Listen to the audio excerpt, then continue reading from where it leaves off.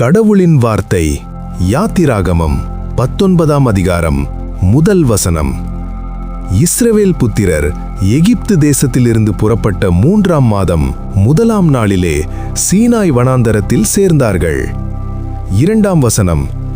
அவர்கள் ரெவிதீமிலிருந்து பிரயாணம் புறப்பட்டு சீனாய் வனாந்தரத்தில் சேர்ந்து அந்த வனாந்தரத்தில் பாளையமிறங்கினார்கள். இஸ்ரவேலர் அங்கே மலைக்கு எதிராக பாளையமிறங்கினார்கள். 3ஆம் வசனம். மோசே தேவனிடத்திற்கு ஏறிப்போனான். கர்த்தர் மலையிலிருந்து அவனை கூப்பிட்டு, நீ யாக்கோபு வம்சத்தாருக்கு சொல்லவும் இஸ்ரவேல் புத்திரருக்கு அறிவிக்கவும் வேண்டியது என்னவென்றால், நான் எகிப்தியருக்கு செய்ததையும் நான் உங்களை கழுகுகளுடைய செட்டைகளின் மேல் சுமந்து உங்களை என்னண்டையிலே சேர்த்து கொண்டதையும் நீங்கள் கண்டிருக்கிறீர்கள். 5ஆம் வசனம்.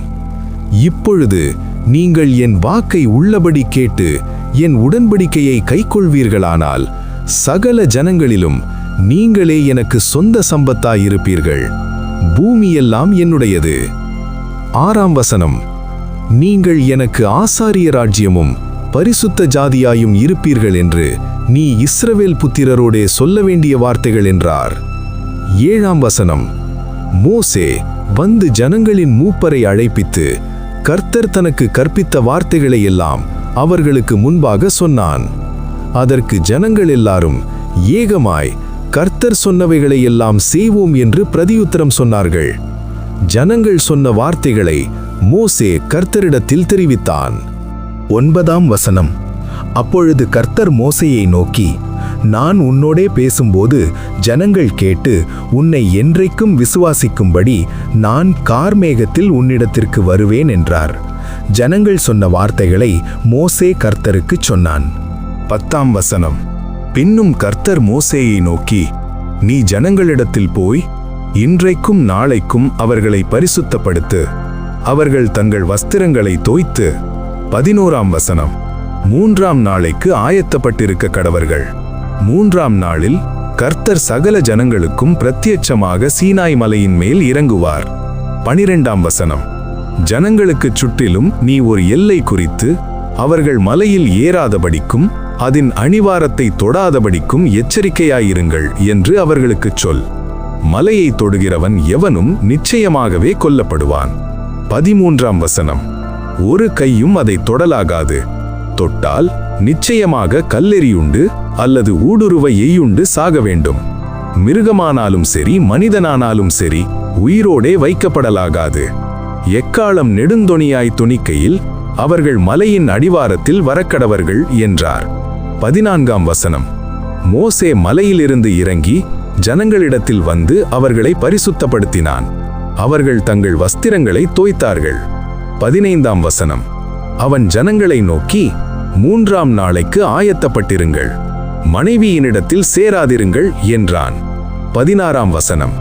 3ஆம் நாள் விடியற்காலத்தில் இடிமுழக்கங்களும் மின்னல்களும் மலையின் மேல் கார்மேகமும் மகா பெலத்த எக்காள சத்தமும் உண்டாயிற்று.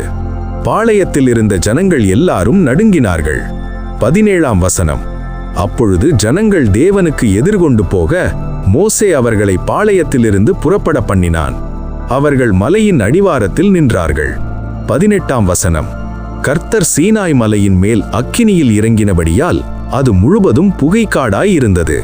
அந்த புகை சூளையின் புகையைப் போல எழும்பிற்று. மலை முழுவதும் மிகவும் அதிர்ந்தது. 19ஆம் வசனம். எக்கால சத்தம் வர வர மிகவும் பலமாய் தொனித்தது. மோசே பேசினான். தேவன் அவனுக்கு வாக்கினால் மறுமொழி கொடுத்தார். 20ஆம் வசனம். கர்த்தர் சீனாய் மலையிலுள்ள கொடுமுடியில் இறங்கினபோது கர்த்தர் மோசேயை மலையின் கொடுமுடியிலே வரவழைத்தார். மோசே ஏறிப்போனான். 21ஆம் வசனம். அப்பொழுது கர்த்தர் மோசேயை நோக்கி, ஜனங்கள் பார்க்கிறதற்கு எல்லையை கடந்து கர்த்தரிடத்தில் வராதபடிக்கும் அவர்களில் அநேகர் அழிந்து போகாதபடிக்கும் நீ இறங்கிப் போய் அவர்களை உறுதியாக எச்சரி. 22ஆம் வசனம். கர்த்தரின் சமூகத்தில் வருகிற ஆசாரியர்களும் கர்த்தர் தங்களுக்குள்ளே சங்காரம் பண்ணாதபடி தங்களை பரிசுத்தப்படுத்திக் கொள்ள வேண்டும் என்றார். 23ஆம் வசனம். அப்பொழுது மோசே கர்த்தரை நோக்கி, மலையை சுற்றிலும் எல்லை குறித்து அதை பரிசுத்தப்படுத்துங்கள் என்று தேவரீர் எங்களை உறுதியாக எச்சரித்திருக்கிறீர். ஆகையால் ஜனங்கள் சீனாய் மலையின் மேல் ஏறி வரமாட்டார்கள் என்றான். 24ஆம் வசனம். கர்த்தர் மோசேயை நோக்கி, நீ இறங்கிப்போ, பின்பு நீயும் ஆரோனும் கூடி ஏறி வாருங்கள். ஆசாரியர்களும் ஜனங்களும் கர்த்தர் தங்களுக்குள்ளே சங்காரம் பண்ணாதபடிக்கு எல்லையை கடந்து கர்த்தரிடத்தில் வாரதிருக்க கடவர்கள் என்றார். 25ஆம் வசனம். அப்படியே மோசே இறங்கி ஜனங்களிடத்தில் போய் அதை அவர்களுக்கு சொன்னான். ஆமேன்.